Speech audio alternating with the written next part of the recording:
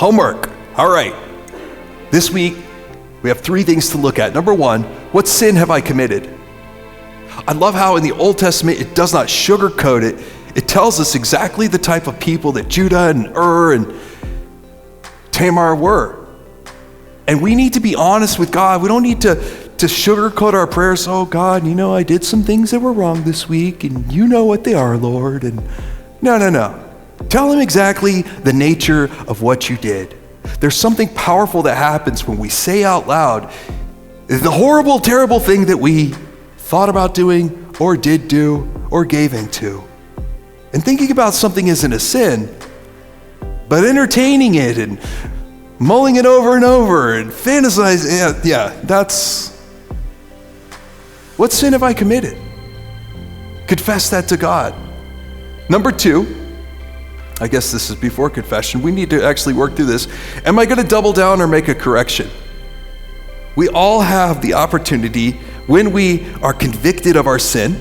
We know we've done something wrong. You get that ick feeling? Like, oh, I feel like God's telling me I messed up. We could double down, cover it up, hide it, pretend like it's okay, move away, do all sorts of stuff to manipulate the situation, or we could just confess and make it right. And then finally, number 3, trust God to restore and renovate your life. Trust God to restore and renovate your situation.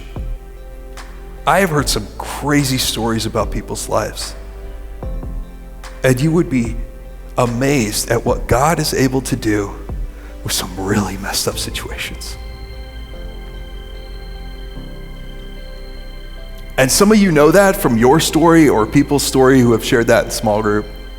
I can't tell you all those stories, but I know, and I see in the Old Testament, God can do amazing things. So trust God to restore and renovate your mistakes.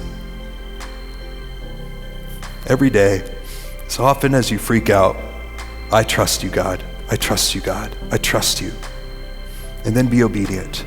Be obedient to him as you trust him.